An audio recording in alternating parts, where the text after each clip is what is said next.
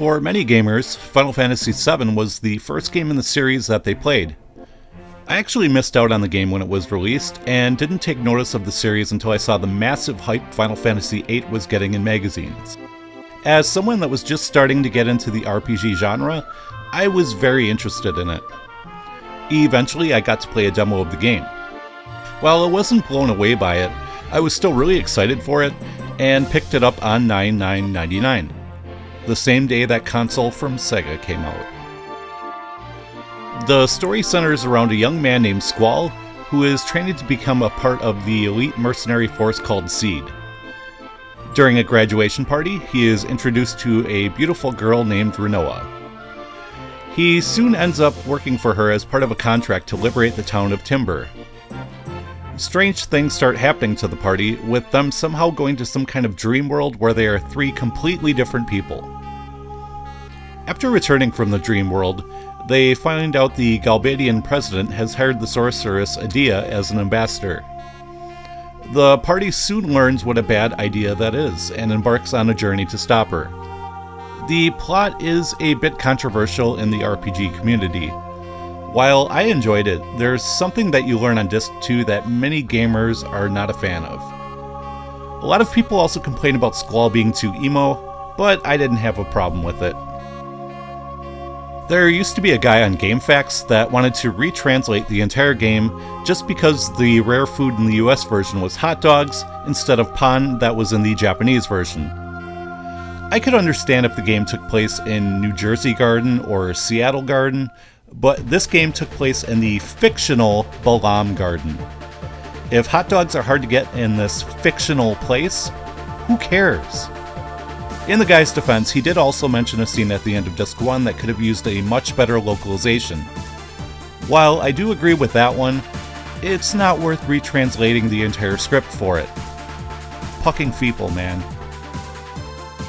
Final Fantasy VIII was a very impressive looking RPG when it was released, and it still is one of the best looking PS1 games today. The pre-rendered backgrounds are gorgeous, with nice little bits of animation. The character models and monster designs look pretty nice as well. One thing I really have to compliment Squaresoft on is how seamlessly the FMV is integrated into the gameplay. There are even a few times when you can move your party around during an FMV. While the character part of the scene does look a little grainy, it's still a neat feature nonetheless. I've heard many people complain about how complex the Junction system is. I'm going to show you just how confusing it is by selecting this auto junction ability. Like, oh my god, that was so challenging! Now, if you want to take the time and junction each stat individually, that's on you. It's not Squaresoft's fault that you need to obsess about every single stat and junction them one by one. Another thing gamers complain about is the draw system, and how you have to spend forever drawing 100 of every spell.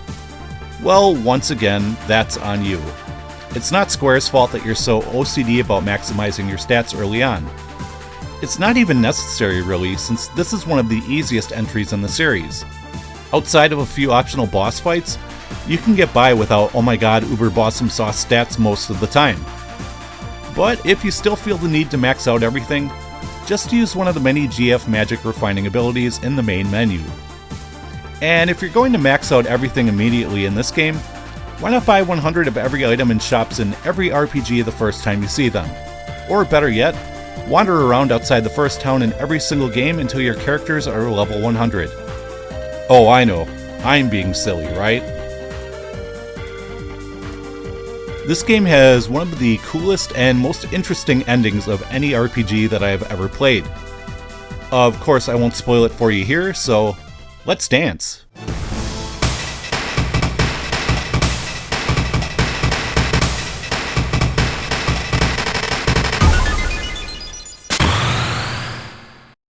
You may be wondering how I got that ability. Well, it came from this little device here, the Pocket Station. Plug this into your PlayStation once you've completed the first Chocobo Forest, and you can download a portable Chocobo RPG that nets you some great exclusive items, and also powers up Boko's attack. Sadly, the Pocket Station was never released outside Japan, but you can still use it with the North American version of the game. There are a lot of side quests and also a card minigame called Triple Triad. The side quests are generally pretty lame but offer great rewards. The card game, on the other hand, is one of the most addictive minigames in the entire series. You take turns placing cards on a 3x3 grid, and if you lay down a card with a higher number than the card it is touching, it becomes yours. Such a simple concept, but it works wonderfully. You will encounter many different rules for the game based on what town you're in as well. Try not to spread that random rule if possible. What's even cooler about Triple Triad is that you can learn a card refine ability that lets you turn your cards into valuable and in some cases really hard to find items. If you want to check out the card game yourself, there are several websites that offer online play of the game, and you can also get it from the Final Fantasy Portal app on your smartphone.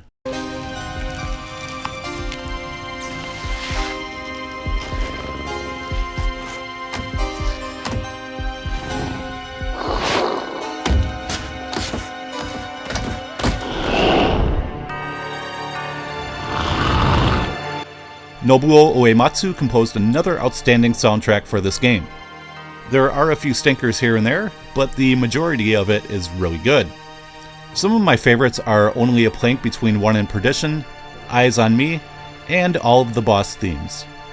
Well, except for Force Your Way. That song sucks.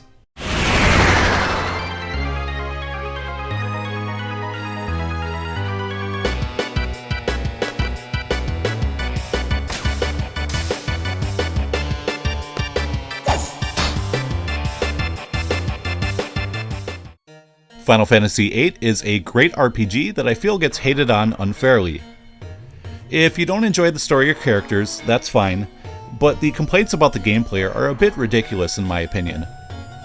If you are interested in checking this one out, physical copies of this 4-disc RPG are easy to come by and very affordable. You can also find this on the PSN, just make sure you have at least 2 GB of space for it. Definitely worth checking out.